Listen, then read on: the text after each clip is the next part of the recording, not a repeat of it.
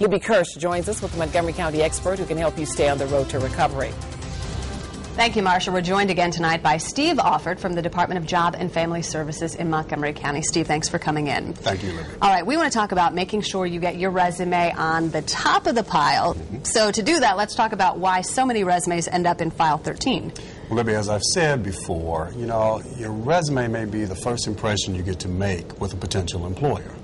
Now, you may have the necessary skills and experience, but if you have a bad resume, you'll never get a chance to sell yourself. Now, recruiters see hundreds of resumes a day. Sure. And to get down to the keepers, they typically look at ways or reasons to exclude resumes as opposed to including resumes. Okay. Now, I was curious as to whether or not my pet peeves met up with pet peeves of others. So I did a little research, and I found that recently ResumeDoctor.com conducted a survey of 2,500 recruiters across the U.S. and Canada to find out what their top 20 resume pet peeves were. All right, so we don't have that much time, so we're going to take it from the top 20 down to the top 5. Let's get right to it, what you should not be doing. Well, first, spelling errors, typos, and poor grammar. Resumes with misspelling, incorrectly used words, and poor grammar indicate that the candidate has poor attention to detail and/or lacks a sincere interest. Too duty-oriented.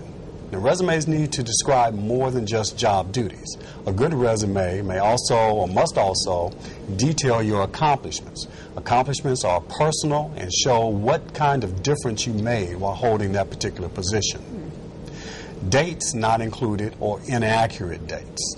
Resumes that don't have dates included send up red flags about the candidate's background and are tossed out of consideration. The immediate assumption is that the candidate's trying to hide something. You want to be honest about your dates of employment.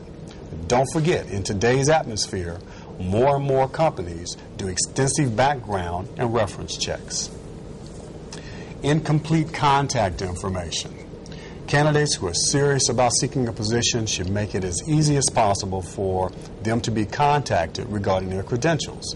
Your complete contact information must be easy to read at the top of the page. Now, this includes your full name, phone numbers, both your home, cell, daytime numbers, and your home and email address. And finally, poor formatting.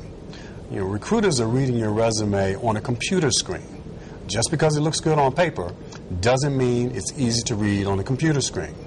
Beware of poor alignments of bullets, tab stops, tables and templates, and margins that are too wide. All right, that last one's a tricky one. You got to be really careful when you're doing an online resume. All right, Steve, thank you so much. Now, there are 15 more pet peeves. You can read about them at ResumeDoctor.com.